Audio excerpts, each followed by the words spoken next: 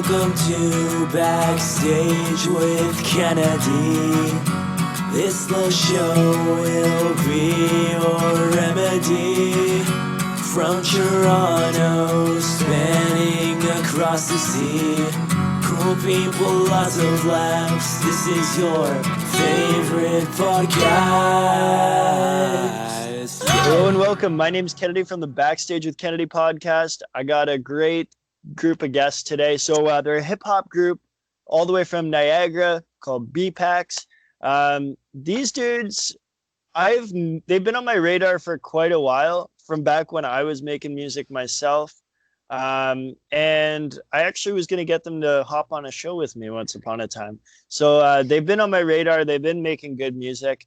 And I would say they're some of the leaders in hip hop music in the Niagara region. So really amped to have these dudes on here. Niagara's a real close to my heart kind of place. So it's nice to talk to these dudes. How you guys doing? How you doing, Dylan? Nick? How you guys doing? What an introduction. Yeah, that was so nice. Thanks. I feel like Joe Rogan right now. Yeah, that's lit. I'm good. That podcast be fire though. Yeah. Hey, you guys are doing good. What's new? How have you guys been dealing with COVID and shit? We're trying my best not to get it. I feel like getting COVID would be the worst kind of outcome here, but just being safe, working from home, doing everything I can from home, exposing myself to non-sick people, wearing masks and all that. Being creative as much as I can. I think that's what everyone's trying to do a little bit, but it's tough. Have you boys been finding that it's a little easier to sit down and actually produce music and stuff right now? Being able to write consistently, or are you finding it a little bit tougher maybe to write about stuff because there's not as much going on in your day-to-day lives, I guess? I definitely feel that it was cool at first. It was kind of nice to sit down at first when it all first started, but then it's been it's been a few months now, right? So yeah, over time, not going out and seeing friends and having certain things happen, it didn't strike motivation in me. So it got tougher. It definitely got tougher. We're getting back to it. Yeah, we're rolling out again slowly, but it was a part in the last couple of months where it was just what do I write about? Without sounding. Yeah, so I can see how it got tougher. We've definitely been making more work though. Yeah, that's what I mean. Those first few months were super slow, and every day kind of felt the same. And maybe you do some writing and stuff, but in retrospect, it's it's not your best work. And then when times got a little bit more positive, that's when everyone was the writing got positive, creative juices started flowing. Exactly. No cap. Did you guys write Holy Moly shortly before you actually released it? Was that during COVID track? Oh, no. So Holy Moly is an old track. So we wrote it about over a year ago at this point, and we recorded it around the same time. It went on our album, which came out last October, actually, called Go Through Hell. That was track 9 or 10 from the album. And we decided that song didn't get it was one of the more popular songs from the album, but it didn't get enough shine. So during COVID, one of my buddies, Jason, he was testing out. He does videography, right? But he mostly does real estate and marketing kind of stuff. So I figured, hey, did you want to maybe step into the world of music and do something there? So we had this track and we got it remastered and everything. So let's try and shoot a video for it. And we got lucky enough during when COVID got a little bit easier, near July-ish, or maybe it was actually near May, I think May, June, something like that. And we ended up shooting it there in a couple of days and worked great.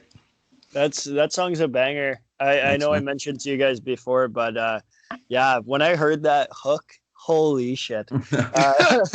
I lost it. I was like, this is wild. It's weird. People like that one. It's the low, where you went lower register on it, because we usually when you're doing hype songs, you're rapping your ass off, but then on that one we just kind of keep it smooth and people liked it. I don't know. Yeah. How long have you guys been making music? So I know, I asked you to hop on my tour last fall, I want to say, when I was with Alone Town. Yeah. And before that, I know you were doing shows with Everett. I know you guys have played at Detour Music Hall, the OG of Niagara music, I guess. Oh yeah. Warehouse. And I know that Jarrell, you guys did a show with Jarrell Fisher Wow. Yeah. once upon a time. So how long have you guys been doing this? Because like you're at a level where your lyricism is definitely way beyond just started. You know what I mean? Like you guys are very good. Very good. Appreciate Man, that's nice. Still, you want to say it? So as a group, BeePax, we haven't been around as long as we were individually because I found out Nick was rapping throughout high school. Nick almost. Well, I was like writing, but I started releasing my first song in 2017, so that was second year of university for me. Right. So he was there. He was getting the experience. He knew a guy. You knew Kyle at that point. So he was making good music already, and I was just kind of rolling out. I used to write poetry, and I used to just write things in a journal. And I just was like, one day someone recommended trying to do something to a beat, and I was like, fuck it, why not, right? Mm-hmm. So I gave it a go, and I've been doing it maybe writing for like 7 years, but actually putting music out maybe only 4.5 years. Okay. 4.5, 5 years. And then we met because my friend actually showed me a song of his called DNA. It was a remix of Kendrick's song. Mm-hmm. Shit's still fire. That shit whack, bro. I guess that's how I gave him a call that night, and then we ended up hooking up, and over time, shooting the shit. Pause. Shooting the shit, but it all started with me hearing one of his songs, and I was like, fuck. Yeah, so we basically in 2017 we both had little solo ventures. I've released a couple songs, and Dylan met up with me, and then I kind of helped him. Like I introduced him to like the studio because I was like the first one to take him to a studio, like an official, real studio in Strange Pumpkin in St. Catharines. And after that, like after we were writing together but separately. But then we're like, let's start writing songs together. So then, by early 2018 was when BeePax formed, when we released our first album called Outer Space. This was in May 2018, and then after that, shows started rolling. So we're like, might as well keep doing this duo thing, which was supposed to be like a one-off kind of thing, but then it ended up kept going, and 2020 was supposed to be our craziest summer in terms of shows, but of course COVID.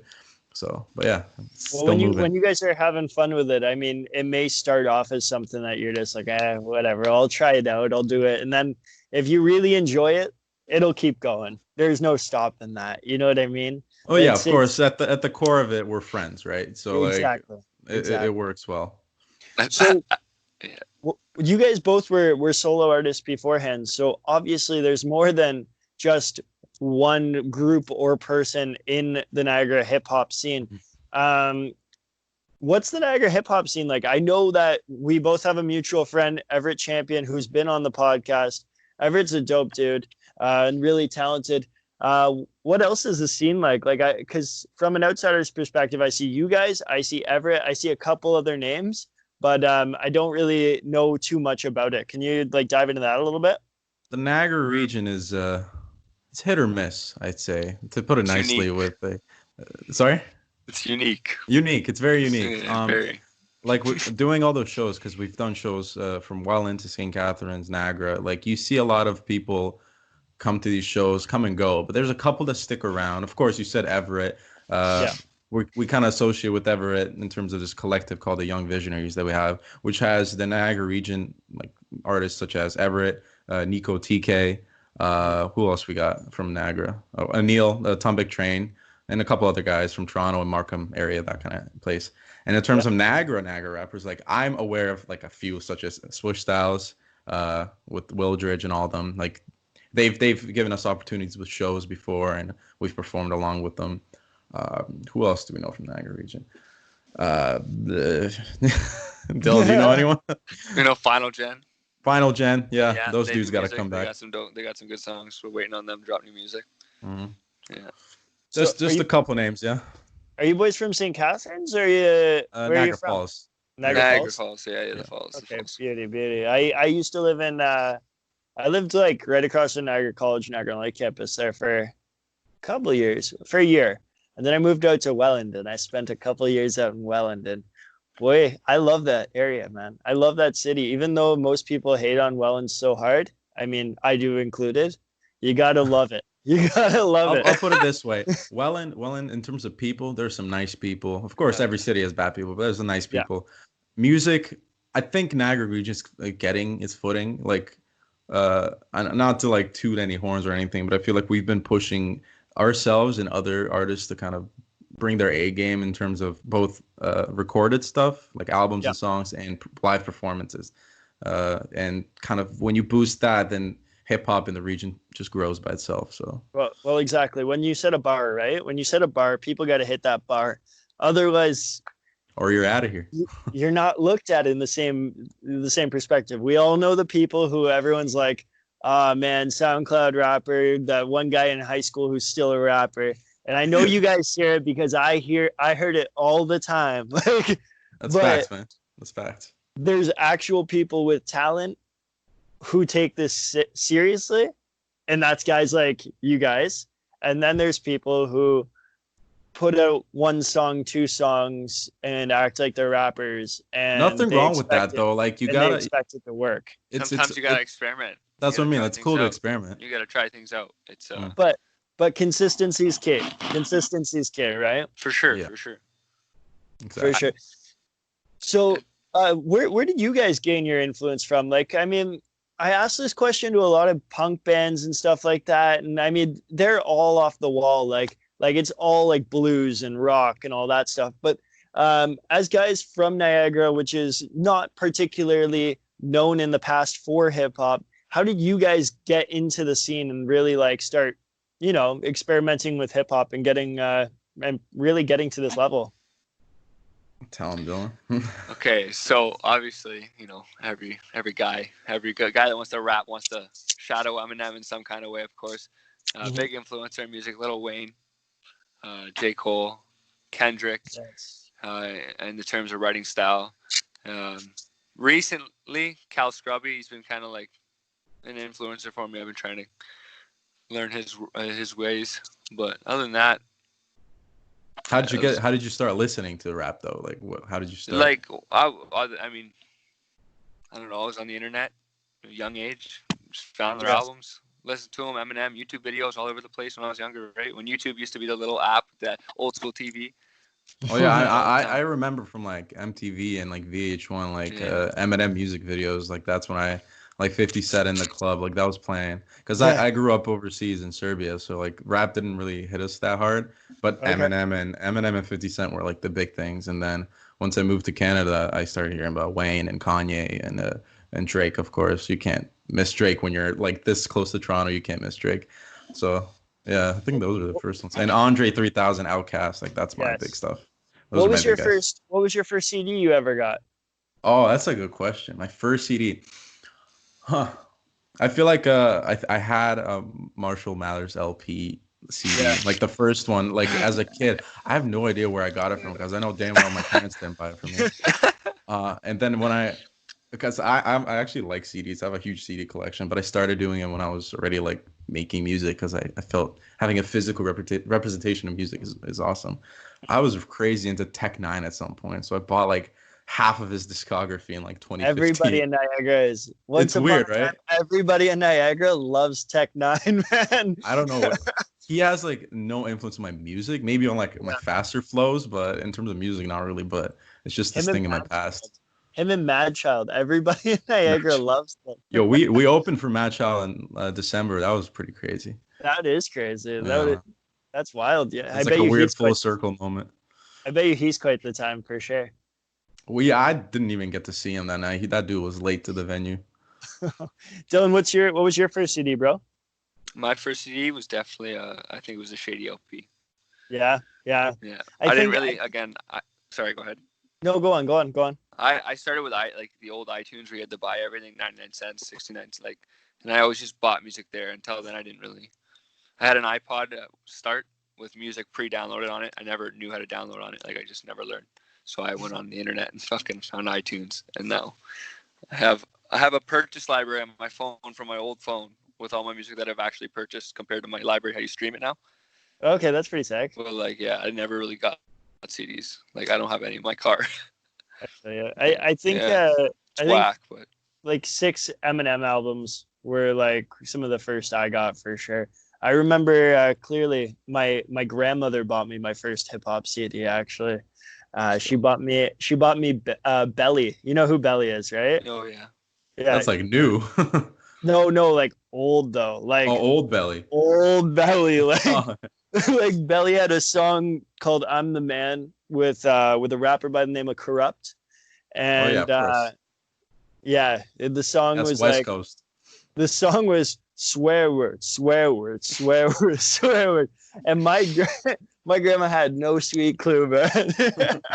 She had no sweet clue. I was like, I played that in the house, and my parents were pissed. That's how it starts, man. Exactly.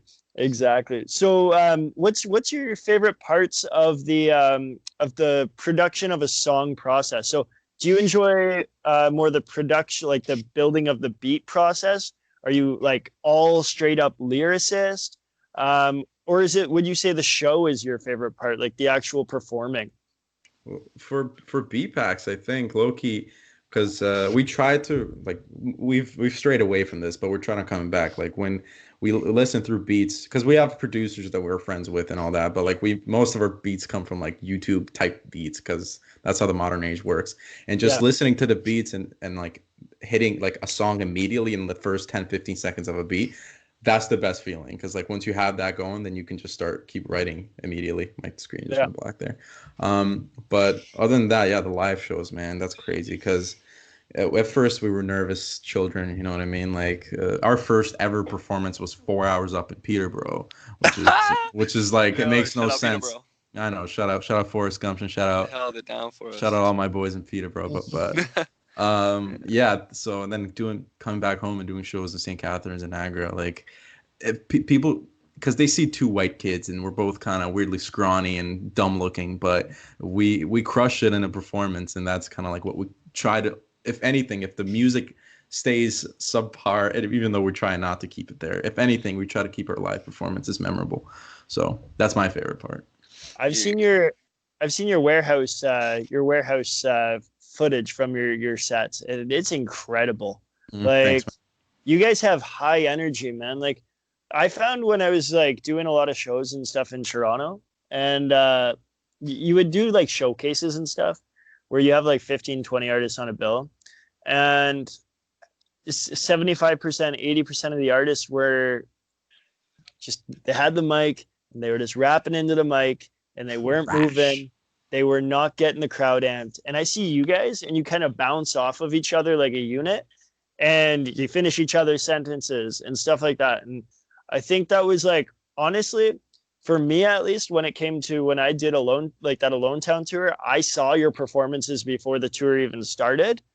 I think that actually gained some like inspiration for me on how Oh I man, wanted to kind of run the stage. You know what I mean? that's So awesome, like man. you guys are incredible at that. Like you definitely bring the people listening, the fans in to your world. You know what I mean? Yeah, man. It's. Thank you for that. That was nice. No worries. I think it's for, especially in this region, seeing a duo come on stage is a little like off key. Because you see these solo guys, they're like controlling it. It's either one guy on stage and a DJ and he's running out of breath every 10 seconds, or it's one guy and his hype man and the hype man is trying to steal the show. So this way, we're both kind of hype men for each other. No shade. I No just thought shade. of someone right away. Yeah, man. I thought of like 50. This dude's whack. But anyway, no, like that's the thing. We're both kind of like hype men for each other because we know each other's lyrics, of course, because we write the songs together, and like the energy just bounces off. And I think that people gravitate to that. Yeah, 100%. Oh my God, man. So you got me on that line. I I can't even go into it. I can't even go into it. I want to go into it, but I can't go into it. Let him I live. just I remember one moment, one show, and my sound tech was like, I can't even hear the guy rapping. All I can hear is the hype man. And it was quite a time. Yeah, man, it's the hype man's best day of his life. Like he's on stage. He wasn't even supposed to be there. Dude called him up 20 minutes ago. He's like, "Yo, you trying to hop on stage with me, bro? I've been practicing." He's coming on there, he's killing that shit. And no one's gonna remember him. He didn't even introduce himself, but he killed that. Oh, absolutely. Big So ups. it's what have you guys got going for the future? Anything specific? I know shows are starting to roll back into play here. You guys got anything planned like that, or anything going on in the future? We always cooking up. Oh, No, we got some big works in the on the way. The- I don't know if that's been announced anywhere, but I'm not Yeah, gonna you're keep it good. quiet. You're good. We're gonna start. Okay, well, YVs, the Young Visionaries, Nick mentioned before, our group of people that we make music with, kind of, and we collaborate with, doing something special. It's gonna be a lot of songs on there, a lot of remixes. It's gonna be a pretty sweet experience. And then BeePax always cooking up for a new album. Obviously, we always working. We're always working. Like you said before, we're in that pocket again. We started rolling out, making music again after those tough couple months. So it's we got a lot of things on the way. We're excited for. The working never stops. There's always thoughts, beats being listened to, sending beats through text in the morning, 8 a.m., 3 a.m. in the morning. Yo, check this out, bro. Yeah. I Always mean, we've been crazy hitting work. the studio like Yeah. once a week at least, and just No recording cap. for like 4 or 5 hours straight. Like we always have stuff going on. It Oh, might bro. not come out some things, but we're always trying to work and see what's landing. And Yeah, of we've course. started meeting new people that can like mix and master our music to like better than we could and better than we know how, of course, and kind of in our price range and all that. So like it's working well. And especially the big thing we've been doing recently is the merch thing. We've been selling a lot of merch, and that's one of the craziest things to me, because like anyone can listen to a song, anyone can come to a show, but to buy a piece of merchandise because you're like money, yeah, of course. but it's also I mean, that's a of fan. course. I mean, That's a we're not rolling in millions here, but like, Shout out everyone buying them shirts, though. Shout out everyone it's buying. crazy to Like, me. they support, and hella they doing a lot of us. Like it favor. hit me hard. We love Like them. we like a month or a couple weeks ago, we ordered like a bunch of shirts that people wanted. Like we promoted our Holy Moly video with specific merch for that. And once that box of shirts came into my house and I saw how many people ordered it, it kind of hit me. I'm like, holy shit, we're actually doing something here. We might be moving somewhere soon, but hey, I'm just blessed for that, man. That's what I like to hear, guys. So where can people find your music? Obviously you guys are on Spotify, all those platforms. Where Instagram, stuff like that. What's your Instagram? Our Instagram is BeePax905. That's our Instagram for the group. DPax Music if you want to follow Dylan. Nick Beezus if you want to follow me. But that's a lot. That's already 3 accounts you have to follow. So just follow one of them. You can find it happy. through the BeePax Oh. 905. You have to follow all three. All three, or you're a real fan. Yeah.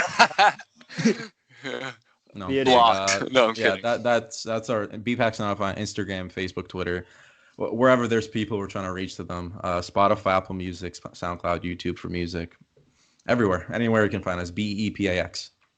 Beauty. Love it, guys. Thanks a ton for coming on. It was a nice talking and shooting the breeze.